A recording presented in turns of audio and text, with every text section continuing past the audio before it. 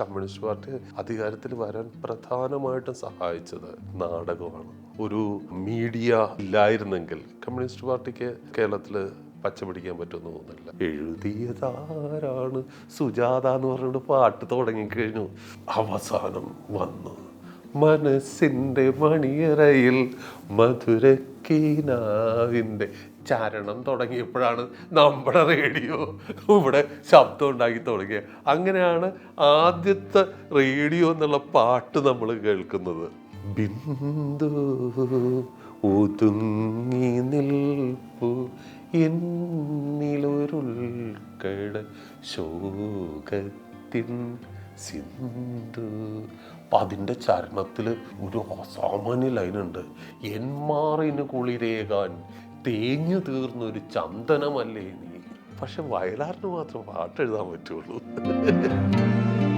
കലൂർ വീടിൻ്റെ മറ്റൊരു പ്രത്യേകത അങ്ങേറ്റം രാഷ്ട്രീയപരമായിട്ടും ഒക്കെ വളരെ സജീവമായിരുന്നു. കാരണം പ്രവദ സുകുമാരൻ എന്ന് പറഞ്ഞാൽ അച്ഛൻ്റെ മൂത്ത ഏട്ടൻ, അവരുടെ പ്രവദ പബ്ലിസിറ്റി തുടങ്ങുന്നത് കമ്മ്യൂണിസ്റ്റ് പാർട്ടിയായിട്ട് ബന്ധപ്പെട്ട് അവരുടെ നാടക പ്രസ്ഥാനങ്ങളും ഇതിനൊക്കെ ബോർഡ് എഴുതുന്ന അവിടെ നിന്നാണ് ഈ പ്രവദ പബ്ലിസിറ്റി എന്ന്. അതായത് ഞങ്ങളെ കുടുംബ ബിസിനസ് അച്ഛൻ്റെ ഏട്ടൻ്റെ അവിടുന്ന് തുടങ്ങി പിന്നീട് കേരളത്തിലെ ഏറ്റവും വലിയ ഔട്ട്ഡോർ പബ്ലിസിറ്റി എന്ന് പറയുന്ന അവസ്ഥയിലേക്ക് അത് പിന്നീട് വന്നു.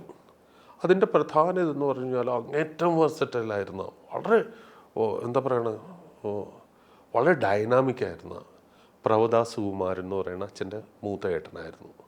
അപ്പോൾ ഇവിടെയെല്ലാം ഇവരെ ചർച്ചകളിലും മറ്റും നിറഞ്ഞു നിന്നിരുന്നത് ഈ കേരളത്തിൽ നമുക്കറിയാം കമ്മ്യൂണിസ്റ്റ് പാർട്ടി കേരളത്തിൽ അധികാരത്തിൽ വരികയൊക്കെ ചെയ്യാൻ ഒരു കാരണമായത് ലോകത്തിൽ തന്നെ പാർലമെൻ്ററി ഇതിൽ കൂടെ കമ്മ്യൂണിസ്റ്റ് പാർട്ടി അധികാരത്തിൽ വരാൻ പ്രധാനമായിട്ടും സഹായിച്ചത് ലിറ്ററേച്ചറും നാടകമാണ്. എനിക്ക് തോന്നുന്നില്ല KPSC പോലെ അല്ലെങ്കിൽ നാടക പ്രസ്ഥാനങ്ങൾ പോലെ അത്രമാത്രം സ്ട്രോങ് ആയിട്ടുള്ള ഒരു മീഡിയ ഇതില്ലായിരുന്നെങ്കിൽ കമ്മ്യൂണിസ്റ്റ് പാർട്ടിക്ക് കേരളത്തിൽ അങ്ങനെ പച്ച പിടിക്കാൻ പറ്റുമെന്ന് തോന്നുന്നില്ല. കാരണം നമ്മൾക്കറിയാം ഇന്ത്യയിൽ ഇതിനേക്കാൾ ക്രൂരമായിട്ടുള്ള തൊഴിലാളി വിരുദ്ധമായിട്ടുള്ള മനുഷ്യത്വരഹിതമായിട്ടുള്ള ഒരുപാട് സ്റ്റേറ്റുകൾ ഇന്നുമുണ്ട്, ഇല്ലേ? അതുകൊണ്ടിട്ടാണല്ലോ ആദ്യകാലങ്ങളിൽ തമിഴന്മാർ തുടങ്ങി എല്ലാം ബെറ്ററായിട്ടുള്ളൊരിതിനു വേണ്ടി കേരളത്തിലേക്ക് വന്നുകൊണ്ടിരുന്നത്. മോശപ്പെട്ട ഒരു അന്തരീക്ഷം നിന്നുള്ള ഉയർത്തെഴുന്നേൽപ്പിനേക്കാൾ അപ്പുറത്തേക്ക് ആ ഉയർത്തെഴുന്നേൽപ്പിനെ സഹായിച്ച പ്രധാനപ്പെട്ട ഒരു കാര്യം ഈ നാടക പ്രസ്ഥാനമായിരുന്നു. KPSCയിലൂടെ തുടങ്ങിയ അത് ഓരോ സ്ഥലത്ത് KPSC ട്രാവൻകൂറിൻ്റെ ഒരു സാംസ്കാരിക അല്ലെങ്കിൽ നാടക ചരിത്രമായിട്ടുമൊക്കെ ബന്ധപ്പെട്ട് നിൽക്കുമ്പോൾ ഇതുപോലെ കൊച്ചിയിൽ പി ജാനിയുടെയും മറ്റും നേതൃത്വത്തിലുള്ള നാടക പ്രസ്ഥാനങ്ങൾ ഇവരെല്ലാവരും പി ജാനി KPSCയുടെ നാടകത്തിൽ അഭിനയിച്ചിട്ടുണ്ട്. മലബാറിലാണെങ്കിൽ KT മുഹമ്മദിനെ പോലെയുള്ള ആൾക്കാർ, തിക്കുടിയനെ പോലെയുള്ള ആൾക്കാർ, ഇങ്ങനെ എത്രയും കേരളം മുഴുവൻ അത്തരത്തിലുള്ള ഒരു റെവല്യൂഷൻ്റെ ഒരു വിപ്ലവത്തിൻ്റെ കാഹളം മുഴക്കി നിലനിൽക്കുന്ന വ്യവസ്ഥിതികൾക്കെതിരായിട്ട് സമരം ചെയ്യുന്ന അല്ലെങ്കിൽ അതിനെ ആഹ്വാനം ചെയ്യുന്ന ഒരുപാട് നാടക പ്രസ്ഥാനങ്ങളുണ്ടായിരുന്നു. അതിൻ്റെ ഭാഗമായിട്ട് തന്നെ എറണാകുളം ഭാഗത്തുണ്ടായിരുന്ന ഇപ്പോൾ ജീവിതം അവസാനിക്കുന്നില്ല എന്നൊക്കെയുള്ള വലിയച്ഛൻ്റെ നാടകം എറണാകുളം നാടക സംഘങ്ങളാണ് അവതരിപ്പിച്ചതുമെല്ലാം. അതിൽ പ്രധാനപ്പെട്ട ഒരാളായിരുന്നു പി ജാനണി. അപ്പോൾ ഈ പി ജാനണിയുടെ പേരൊക്കെ എൻ്റെയൊക്കെ ചെറിയ പ്രായത്തിൽ ഇവരുടെ സംസാരങ്ങളിൽ നിന്നാണ് കേട്ടിരുന്നത്. അവർ മൂളിപ്പാടിയിരുന്നത് പോലും ഈ നാടക ഗാനങ്ങളായിരുന്നു.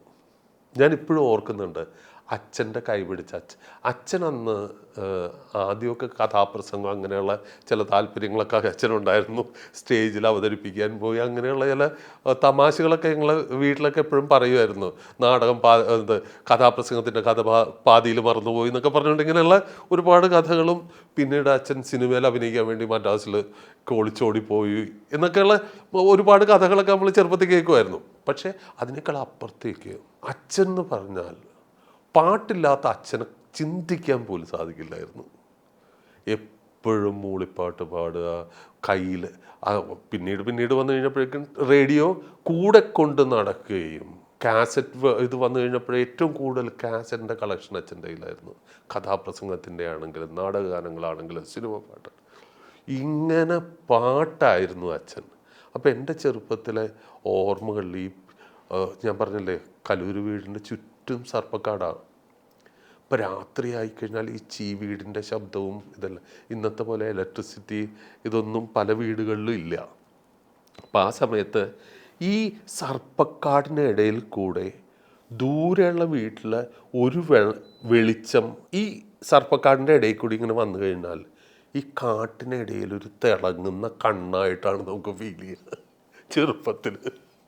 അപ്പോൾ പേടിച്ച് നമ്മൾ അങ്ങോട്ട് നോക്കില്ല. ഇത് പിന്നെ പുറത്തിറങ്ങാനേ പറ്റില്ല. കാരണം ഒന്ന് നിറയെ പാമ്പ് സർപ്പക്കാവായതുകൊണ്ടിട്ട് അവിടെ ഒന്നും ആരെയും പാമ്പിനെ കൊല്ലില്ല. വീട്ടിൽ പാമ്പ് അത്ര വലിയൊരു കാര്യമല്ല. കാരണം വെച്ചാൽ അറക്കപ്പൊടി ഈ കുറ്റി നിറക്കാൻ വേണ്ടിയിട്ട് കത്തിക്കാൻ വേണ്ടിയിട്ട് കൊണ്ടുവന്നിരിക്കുന്ന അറക്കപ്പൊടിയുടെ അകത്തൊക്കെ പാമ്പുണ്ടാവും ചിലപ്പോൾ. ഇത്തിരി ചൂട് കിട്ടാൻ വേണ്ടി കയറിയിരിക്കുന്നതായിരിക്കും. അപ്പോൾ പാമ്പൊരു സർവ്വസാധാരണമായിട്ടുള്ള ഇതായത് കൊണ്ടിട്ടും പിന്നെ രാത്രി പേടിയായിട്ട് വെളിയിലിറങ്ങില്ല. അപ്പോൾ അച്ഛൻ ഓഫീസിൽ നിന്ന് വന്നു കഴിഞ്ഞാൽ എൻ്റെ തൊട്ട് താഴെയുള്ള സിസ്റ്റർ കയ്യിലെടുത്ത്, അവളൊന്ന് ചെറുതാണ്, ഞാൻ അച്ഛൻ്റെ ഈ വിരലിൻ്റെ ഇതിൽ തൂങ്ങി ഈ മുറ്റത്ത് അങ്ങോട്ടും ഇങ്ങോട്ടും നടക്കുമ്പോൾ അച്ഛൻ പാട്ട് പാടും. അതിൻ്റെ അകത്ത് അന്ന് എന്നെ ഒരുപാട് വിഷമിപ്പിച്ചിരുന്നൊരു പാട്ടാണ്. ഈ ചില വിഷമങ്ങൾ നമ്മൾ വീണ്ടും എടുത്ത് വിഷമിക്കും. കാരണം വിഷമത്തിലൊരു സുഖം ഉണ്ടാവും. അതാണ് കായലിനക്കരെ പോകാനെനിക്കൊരു കളിവള്ളമുണ്ടായിരുന്നു, ഒത്തിരി ദൂരം തുഴഞ്ഞു തരാനൊരു മുത്തശ്ശി ഉണ്ടായിരുന്നു. ഈ പാട്ട് പാടുമ്പോൾ ഞാനിങ്ങനെ കരച്ചിൽ വന്നിട്ട് കണ്ണീര് വരാതിരിക്കാൻ ഇങ്ങനെ വിങ്ങി പിടിച്ച് നടക്കും അച്ഛൻ്റെ കൂടെ. കർക്കിടക്കാറ്റത്തൊരന്തിക്ക് കായലിൽ മുത്തശ്ശി ഒറ്റയ്ക്ക് പോയി, പിറ്റേന്ന് നേരം ഇരുണ്ട് വെളുത്തു മുത്തശ്ശി അമ്മയെ കണ്ടില്ല. പിറ്റേന്ന് നേരം ഇരുണ്ട് വെളുത്തു മുത്തശ്ശി അമ്മയെ കണ്ടില്ല. അമ്പലക്കായലിൽ വള്ളം മറിഞ്ഞു, പൊങ്ങി നടന്നു പങ്കായം എന്ന് പറയുമ്പോൾ നമ്മൾ കൈവിട്ടു പോകും. ഇന്നും ആ പാട്ട് കേട്ടാൽ നമ്മൾ അറിയാതെ ഒന്നും നനയും. കലൂരിൽ നിന്ന് ഞങ്ങൾ പാലാരൂട്ടത്തേക്ക് താമസം മാറ്റുന്നത് എൻ്റെ ഓർമ്മ ശരിയാണെങ്കിൽ ഒരു 3ാം ക്ലാസ്സിലൊക്കെ പഠിക്കുമ്പോൾ അമ്മയുടെ തറവാടിനോട് ചേർന്ന് പുതിയൊരു വീട് വെച്ചു. അച്ഛൻ്റെ വീട്ടിൽ നിന്ന് ഈ 10-60 ഞാൻ നേരത്തെ പറഞ്ഞില്ലേ, അതിങ്ങനെ കൊഴിഞ്ഞ് അവസാനത്തെ കൊഴിയലിൽ പെടും ഞങ്ങളെല്ലാം. എല്ലാവരും കലൂർ വീട് വിട്ടു പോകുന്നു. എനിക്ക് മാത്രം ഞാൻ പോകാൻ തയ്യാറായില്ല. കാരണം എന്നെ സംബന്ധിച്ചിടത്തോളം അന്ന് എൻ്റെ ഏറ്റവും അടുപ്പമുള്ള ആൾ അച്ഛൻ്റെ ഏറ്റവും ഇളയ അനിയൻ ഷാജി എന്ന് പറയുന്ന ഇളയച്ചനായിരുന്നു. ഷാജി ഇളയച്ചൻ്റെ പ്രത്യേകത എന്ന് വെച്ച് കഴിഞ്ഞാൽ ഷാജി ഇളയച്ചൻ പ്രീമിയർ ടൈൽസിലാണ് വർക്ക് ചെയ്തിരുന്നത്. മിക്കവാറും നൈറ്റ് ഷിഫ്റ്റ് ആയിരിക്കും. പകൽ മുഴുവൻ വീട്ടിലുണ്ടാവും. അതിൽ കുറേ സമയം ഉറക്കമായിരിക്കും. എങ്കിലും ബാക്കിയുള്ള സമയം എൻ്റെ കൂടെയൊക്കെ തന്നെയായിരുന്നു ഷാജി ഇളയച്ചൻ. ഇദ്ദേഹത്തിൻ്റെ പ്രത്യേകത എന്താണെന്ന് വെച്ച് കഴിഞ്ഞാൽ അസാമാന്യമായിട്ട് ഫ്ലൂട്ട് വായിക്കും. ഇളയച്ചൻ്റെ മുറിയുടെ മതിലിൽ നിറയെ ഫ്ലൂട്ടുകളായിരുന്നു, പല വലിപ്പത്തിലുള്ള ഫ്ലൂട്ടുകൾ. അപ്പം എനിക്ക് അന്ന് ഇതിൻ്റെ അർത്ഥം മനസ്സിലായിരുന്നത്, ഈ ഒരു ഫ്ലൂട്ടല്ലേ ആവശ്യമുള്ളൂ, എന്തിനാണ് പല വലിപ്പത്തിലുള്ള ഇത്രയും ഫ്ലൂട്ടുകൾ? അതിൽ ഇദ്ദേഹം തന്നെ ഉണ്ടാക്കിയെടുത്തിരിക്കുന്ന ചില മെറ്റൽ ഫ്ലൂട്ടുകളൊക്കെ ഉണ്ട്. ഇതിൻ്റെ പ്രധാന ശ്രോതാവ് ഞാനാണ്. കാരണം ഈ കണ്ട പാട്ടുകൾ മുഴുവൻ ഈ ഫ്ലൂട്ടിൽ വായിച്ച് കേൾപ്പിക്കും.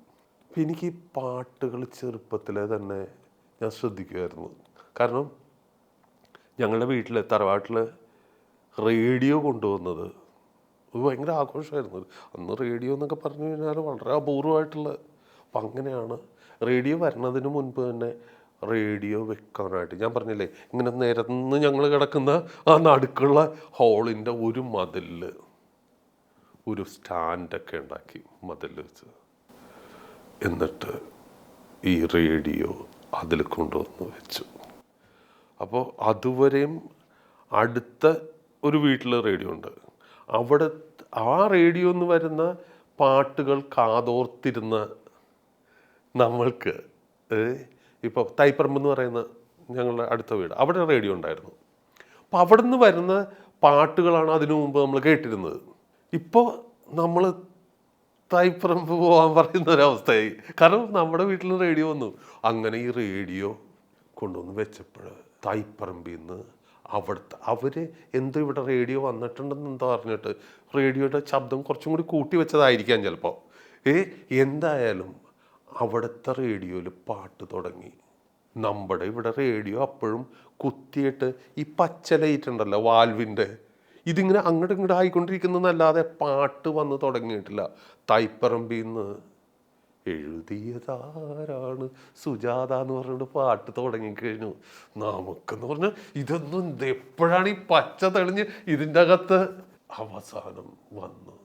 മനസ്സിൻ്റെ മണിയറയിൽ മധുരക്കീനാവിൻ്റെ ചരണം തുടങ്ങിയപ്പോഴാണ് നമ്മുടെ റേഡിയോ ഇവിടെ ശബ്ദം ഉണ്ടാക്കി തുടങ്ങിയത്. അങ്ങനെയാണ് ആദ്യത്തെ റേഡിയോ എന്നുള്ള പാട്ട് നമ്മൾ കേൾക്കുന്നത്. അന്ന് തുടങ്ങി ഈ അക്ഷരം ഇങ്ങനെ നമ്മൾ ശ്രദ്ധിക്കും.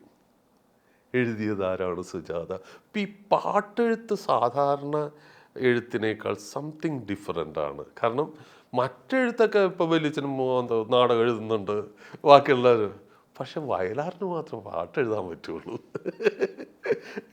പിന്നെ പാട്ടെഴുത്തിൽ നമുക്ക് പി ജാനിനെ എടുത്ത് ഇത്തിരിയും കൂടി ഇഷ്ടമുണ്ടായിരുന്നു. കാരണം പി ജാനി പാട്ട് എഴുതും.